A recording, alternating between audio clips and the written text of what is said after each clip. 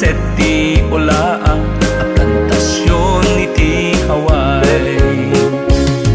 Nagkulkulmeg iti kalta ang ti kainaran, adda sa innek ti puso ken kaunggan, ibturan at nalaos na iliwin da na panawan, anusan da kasukat tay dulyar at andan. Tumulang tirigat pagpatpatan ti unas, ken saan nga isut nangupay bansada nga agumay, balkot dat gargaret asawa ken anak, panawan dat lugar anakay anakan.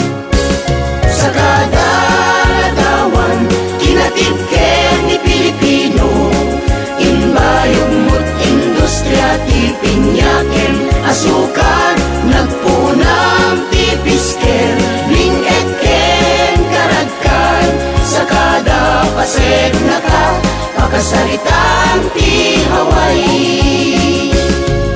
Manipod ka Ilocwan, Katagalugan, Kabisayaan, naiwaras da iti na dumaduma nga isla.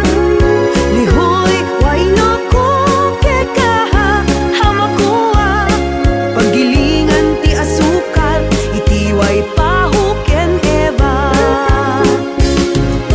Naragsak analiday, iti plantation camps, mga aldaw, ti trabaho di kainaran, kasaray may salangan daw, ti mabakasyunan, iti Domingo ngem, isa sa lugnet, iti palutan.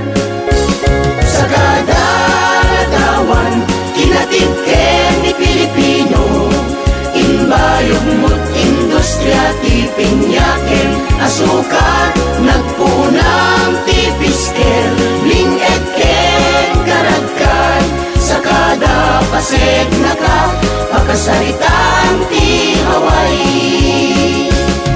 Diskriminasyon na paidaman ti hustisya, iti panangirupir na kadagiti kalintegan na, iti hanapepe massacre na iparukpok dara na, nagresistir ta kun uden at paraken kwa na.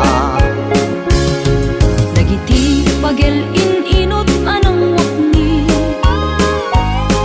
tatumanurmetten dagiti addaan duri, makipatas ni Pilipino iti anyaman a puli, negosyo man ken politika saanen a mailang langit. Datayo a Pilipino, dito'y estado ti Hawaii. Alyawen tayo a banwarni, sa kada tano di nagtured, anang panaw pagilyan na. Di tay amuno kasano, kasasaad tay ita.